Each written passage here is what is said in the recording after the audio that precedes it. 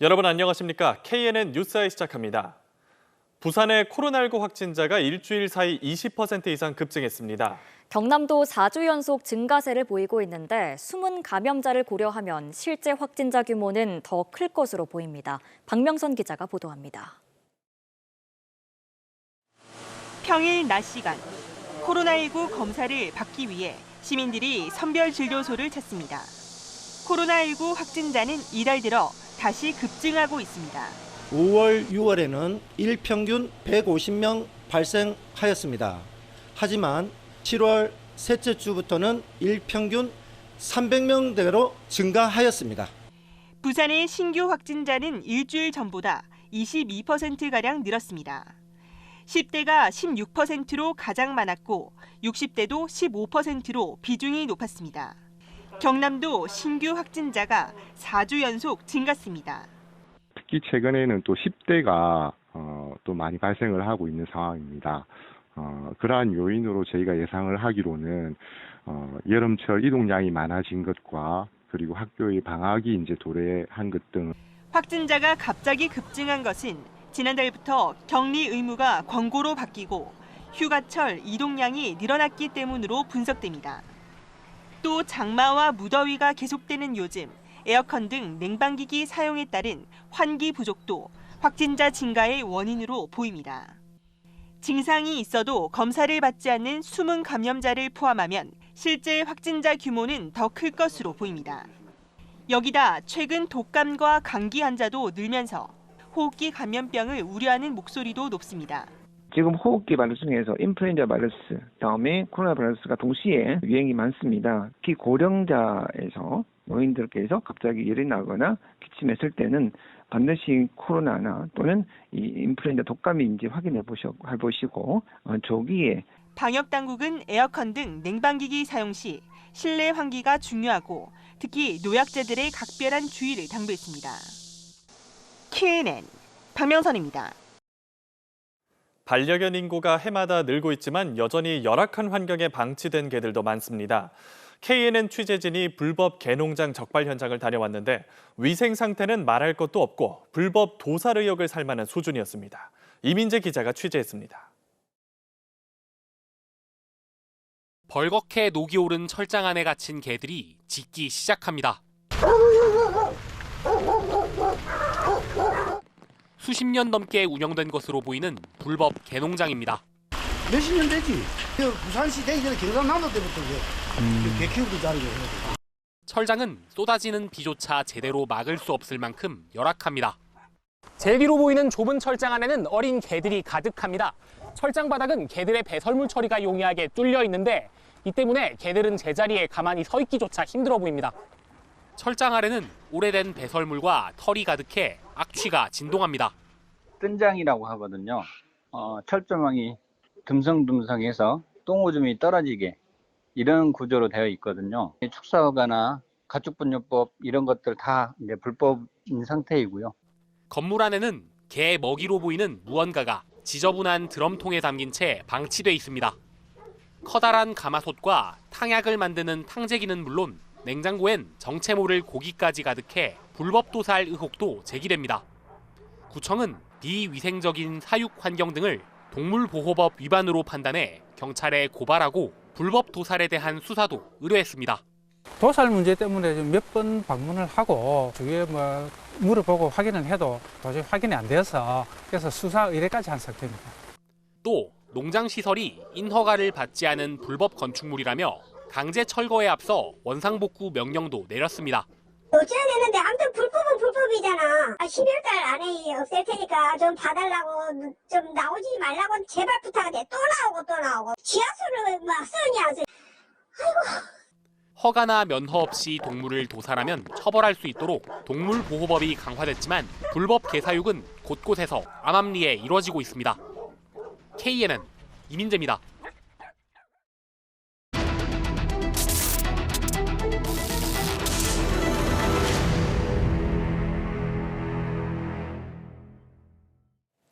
최근 보건복지부 전수조사를 통해 전국의 영아 살해 유기 사건이 속속 모습을 드러내고 있습니다.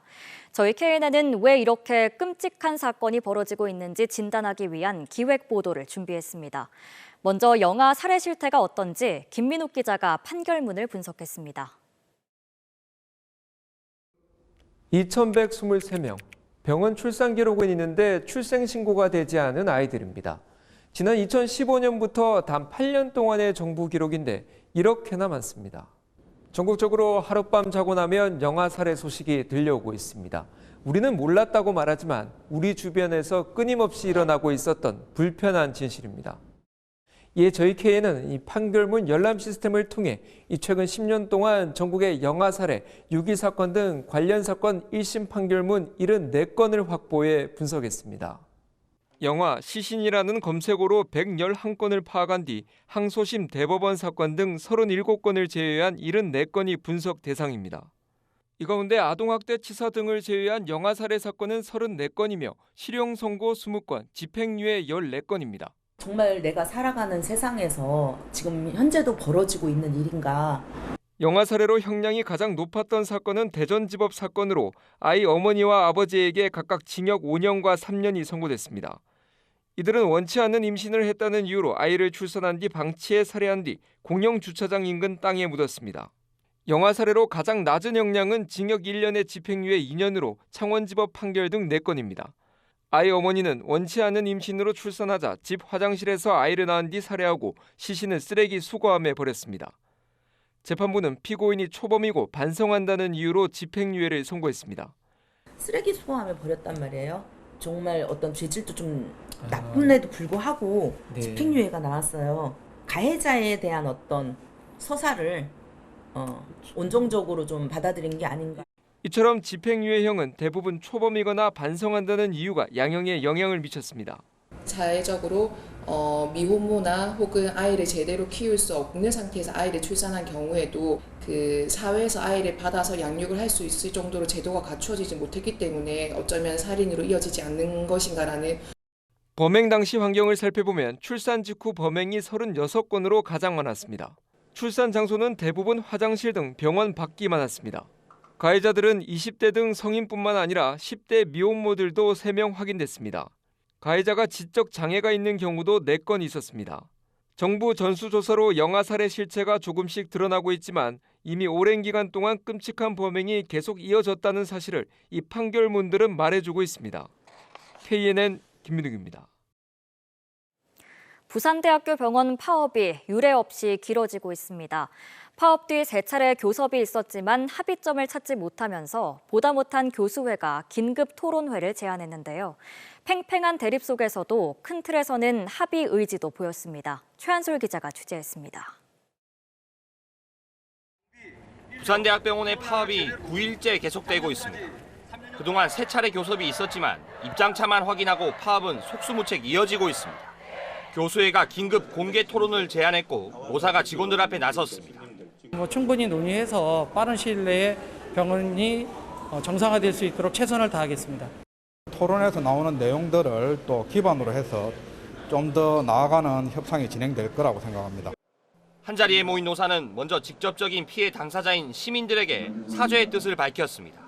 2시간여 뜨거운 논쟁 끝에 인력 충원 문제는 양측 모두 실태 조사를 통해 수요를 파악하자는 공감대가 있었습니다. 역시나 비정규직 정규직화를 놓고는 첨예한 대립이 이어졌는데 노조는 직접 고용을 주장했고 사측은 현실적인 어려움을 토로했습니다. 다만 의료진 등 병원 구성원들에게 비정규직 문제에 대해 의견을 묻자는 큰 틀의 합의는 있었습니다. 하지만 파업이 장기화되면서 환자와 보호자들의 피해는 쌓이고 있습니다.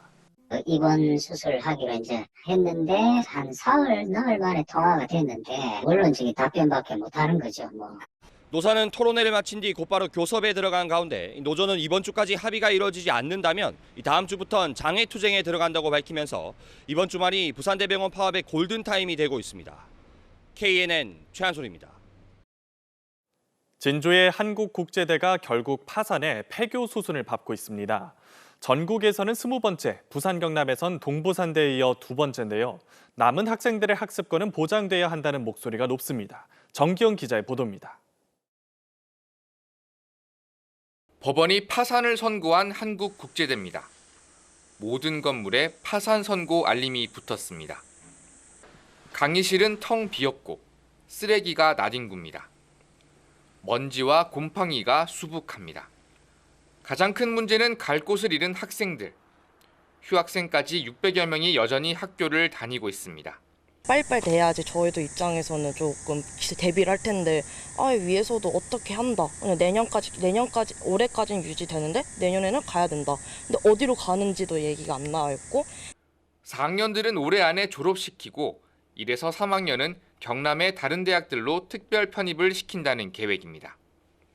타 대학에서는 국제대 학생 편입에 반대하는 목소리가 나오고 있어 교육부와 지역의 조율이 요구됩니다. 경남도가 해결의 실마리를 마련할 수 있도록 지역 대학을 설득하는 한편 재학생들의 피해가 최소화될 수 있도록 각종 대책 마련을 당부한다. 100억 원대 임금 체불과 빚더미의 학교를 어떻게 처분할지도 문제입니다. 학교의 재산과 건물은 법원의 경매 처분을 기다리고 있습니다. 하지만 적절한 매수자가 나타나지 않으면 도시의 흉물로 남을 가능성이 있습니다. 대학교 폐교는 지난 2020년 동부산대에 이어 부산 경남에서는 두 번째. 인구 감소와 경쟁력 약화로 지방대 폐교가 더 이어질 위기 속에서 국제대 처분 사례가 다른 대학들의 선례가 될 것으로 보입니다. KNN 정경입니다. 부산 사상공단 활성화를 위한 거점 개발구역에 생뚱맞게 부산 혈액원 신사업 건립이 추진돼 논란이라는 KNN 보도와 관련해 오늘 부산시의회가 부산시를 강하게 질타했습니다. 당초 개발 취지와 맞지 않고 기대 효과도 낮다며 추진 경위를 따져 물었습니다. 주우진 기자입니다. 부산시가 노후된 사상공단의 변신을 이끌 거점으로 개발하고 있는 사상공단 활성화구역입니다. 이곳에 생뚱맞게도 부산혈액원 신사업 건립이 추진되면서 부산시의회가 부산시를 강하게 질타했습니다. 공단 활성화와 거리가 먼 부산혈액원과 부지 계약을 꼭 해야 하냐며 추진 경위를 집중적으로 따져 물은 겁니다. 재생과 산업 기능 회복과 균형 발전에서 그리고 이게 신성장 동력을 확보하는 데에서 얼마나 이 혈액원이라는 게 적합하다고 이야기를 할 수 있는지를 여쭈는 건데 부산시는 부산혈액원에게 신사옥이 필요한 상황이라며 혈액원 입장을 대변했습니다. 대구, 경북, 경남, 울산까지 커버를 하기 때문에 이제 이 혈액원이 지금 있는 데는 대단히 좁습니다. 좁아서 옮겨야 되는 상황이고 상급 병원 수준의 의료 수준을 유지하는 데 있어서 혈액원 역할이 중요하기 때문에 사상공단 활성화 구역에 혈액원이 들어오면 어떤 효과가 있는지에 대해선 제대로 설명하지 못했습니다. 단순히 부지를 파는 데만 급급했다는 걸 인정한 셈입니다. 활성화구역 개발 시행사인 부산도시공사가 부산시만 쳐다보며 뒷짐지고 있는 게 문제라는 지적도 나왔습니다. 부산시가 올해 하반기로 예정된 혈액원과의 계약을 강행하려는 입장을 보이면서 적절한가에 대한 논란은 더 커질 것으로 보입니다. KNN 주우진입니다. 오늘 새벽 3시 반쯤 부산 영선동의 한 도로에서 40대 A씨가 몰던 SUV 차량이 가로수와 공중전화 부스 등을 들이받았습니다. 이 사고로 운전자 A씨가 다쳐 병원으로 옮겨졌습니다. 경찰은 A씨가 혈중 알코올 농도 면허 취소 상태 수준에서 운전하다 사고를 낸 것으로 보고 있습니다.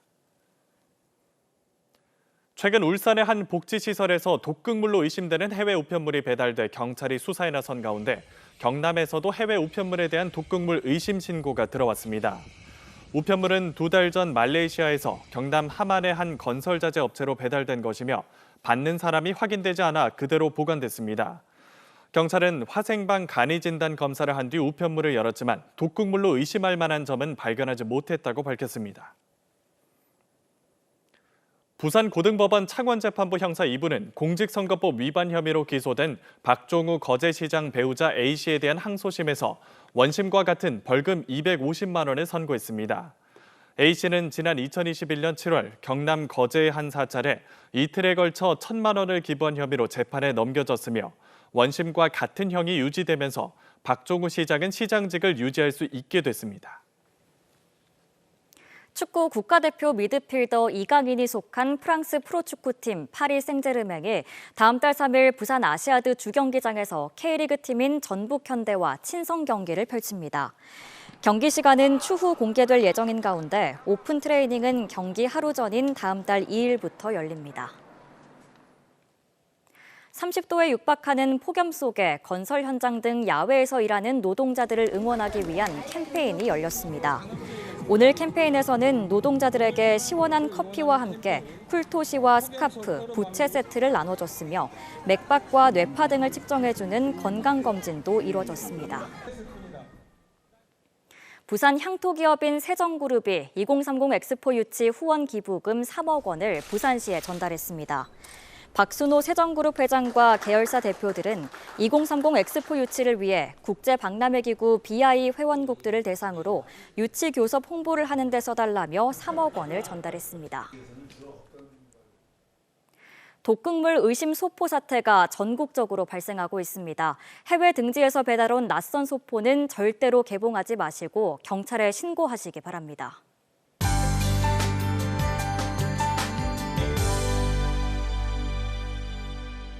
폭염은 내일 비 예보와 함께 한풀 꺾이겠습니다. 오전에 경남 남해안부터 비가 시작돼서 낮에는 점차 확대되겠습니다. 모레까지 예상 강수량은 경남 서부 남해안과 지리산 부근은 최고 80mm, 많은 곳은 100mm 이상이고요. 부산 등 그 밖의 지역은 최고 60mm 정도입니다. 반짝 날이 맑았지만 이미 많은 비가 내려서 지반이 약한 곳이 많습니다. 피해 없도록 대비를 철저히 해주시기 바랍니다. 주말인 내일은 다시 정체전선의 영향으로 전국에 장맛비를 뿌리겠습니다. 특히 서쪽을 중심으로 많은 비가 집중되겠습니다. 내일 아침 기온은 오늘보다는 약간 낮겠고요. 한낮 기온 역시 오늘보다 1도에서 6도 정도 낮겠습니다. 낮 최고 창원은 27도, 거제는 26도, 밀양과 창녕은 29도가 예상됩니다.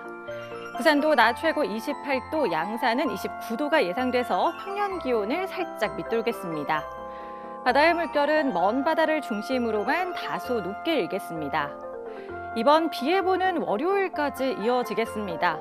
다만 5호 태풍 독수리가 북상 중인데요. 다음 주 수요일쯤 타이완까지 올라올 것으로 예상됩니다. 계속해서 태풍 정보도 챙겨주시기 바랍니다. 내셨습니다.